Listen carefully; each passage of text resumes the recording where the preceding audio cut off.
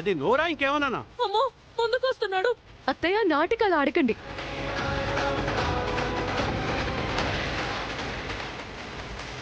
మా డాడీ ప్రాణం ఇస్తారు తప్ప ప్రాణం తీసేవారు కాదు. ఏంటయ్యా చూస్తున్నారు? వీళ్ళ నాన్న నన్ను చంపడానికి వచ్చారా లేరా మీరు చూశారు కదా, చెప్పండి. అయ్యా మీ చెల్లి గారు కేకలు పెడుతూ పరిగెత్తుతుంటే ఏమైందో అని మేము వచ్చామయ్యా.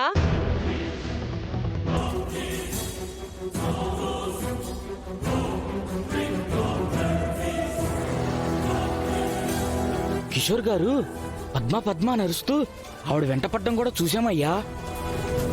అయ్యో అబద్ధం. అత్తయ్యని ఆగమనడానికి అలా పిలిచుంటారు. నువ్వు చూసావంటే పద్మ ఎందుకలా అరుస్తావు? లేకపోతే ఏంటొదిరా? నడి ఊర్లో మాన మర్యాదలు పోగొట్టుకున్న ఇదా నాకు చెప్పేది? నోర్మాయ్, నా కూతురు గురించి ఇంకోసారి అలా మాట్లాడావంటే నిజంగానే నిప్పంటిచ్చేస్తా. ఆపండి. ఏంటి రాధాంతం? ఎందుకు ఈ రభస? వద్దన్నయ్యా, నా ప్రాణం తీయాలనుకున్న ఈయనతో బియ్యమే వద్దు, కుటుంబానికి మచ్చ తెచ్చిన ఇది వద్దు.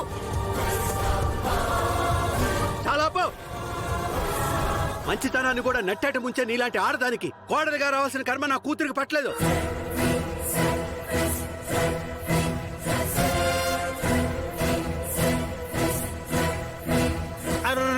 మాట పెంచుకుంటూ పోతే ఎలా బాగుగారు? లేదు, తెగ టెంపుల్ చేసేయండి. చేసేయండి.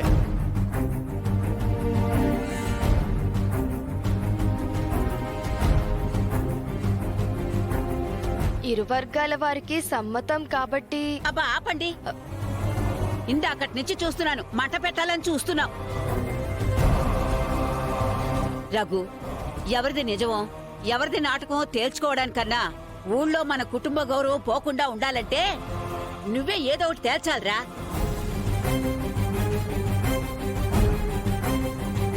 అంటే ఆద్యని నన్ను విడదీస్తారా అమ్మమ్మ? మీరు కలిసి ఉండాలన్నా ఉండనివ్వర్రా.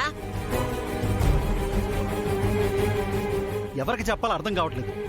కిషోర్ బావగారేమో నా కోడలను కన్న తండ్రి, నా పెళ్ళమేమో నా కొడుకుని కన్న తల్లి. ప్రేమించుకున్నది వాళ్ళు, పెళ్లి చేసుకున్నది వాళ్లే.